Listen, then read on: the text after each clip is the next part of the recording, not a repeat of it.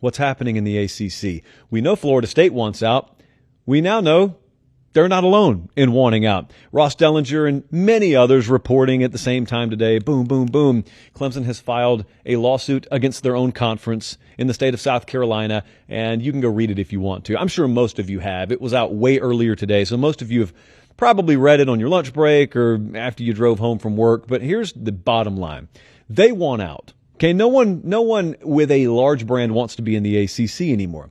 Now, that's not a new headline. You know that because Florida State has been pulling at the prison bars as best they could, but so far they haven't been able to get out because those prison bars are really fortified, or as you would call it, a grant of rights deal. But it's never been adjudicated, as they say. It's never been challenged in a court of law. So basically, if you're in my college audience and you've never had to go through any of this and you're not exposed to any of this, there's a piece of paper, you know, somewhere in the depths of a vault in Charlotte, North Carolina at ACC headquarters. And it kind of says they own everyone's grant of rights and they sold it to ESPN. And so ESPN has rights to broadcast their games and all that's true. But some of them want out because some of them have looked at the SEC and the Big Ten and said, well, if you guys are blowing up like you are, we don't want to be left in the dust. We don't want to be like the Pac-12. God rest her soul, the Pac-12. So what if we want to be proactive? And we don't want to be left on the hook and everybody else is pulled off in the distance. Well, they are being told they can't get out. And so that's what this is all about right now. So I am going to tell you confidently that when Florida State started this process, I told you they're not alone. Clemson has now begun the process, and I'm going to, again, look you in the camera, and I'm going to tell you they're not alone.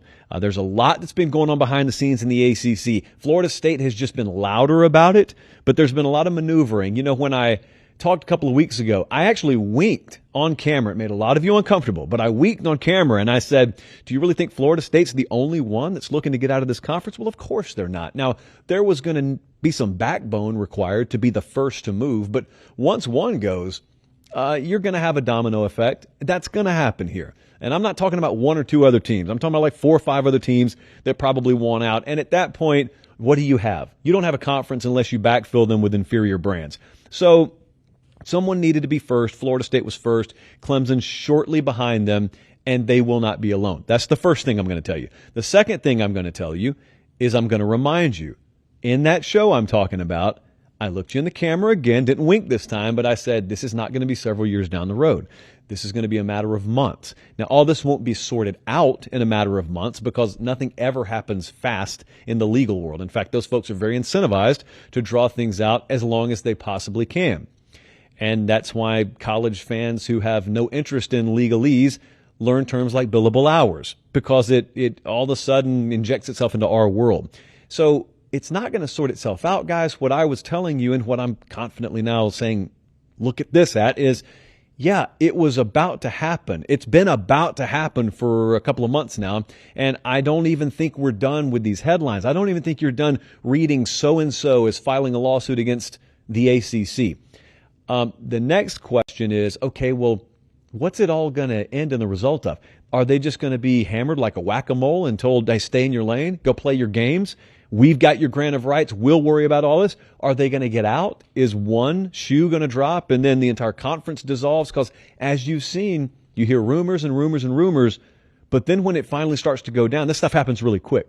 And I think this will happen really quick. So what I'm telling you again, in case I haven't been clear, is you will know with pretty good certainty, I think by the time we play football this fall, what the fate of the future of the ACC is going to be. It won't be decided, but I think you'll have a really good idea. There is a question out there. If all of these brands were just magically free to do what they want today, if Florida State was free, if Clemson was free, if Virginia Tech, if North Carolina, if they were free, well, where would they go, Josh? Where would they go? You remember back in the day, not too long ago, really, anyone who had this conversation always talked about media markets. In fairness, most of them had no clue what they were talking about, but they did have a map of the United States, at least the contiguous United States, and they could put little dots on a map, and they'd say things like, well, if this conference already has this team in this city, why would they need another team in that city? Why? They've already got the media market locked down.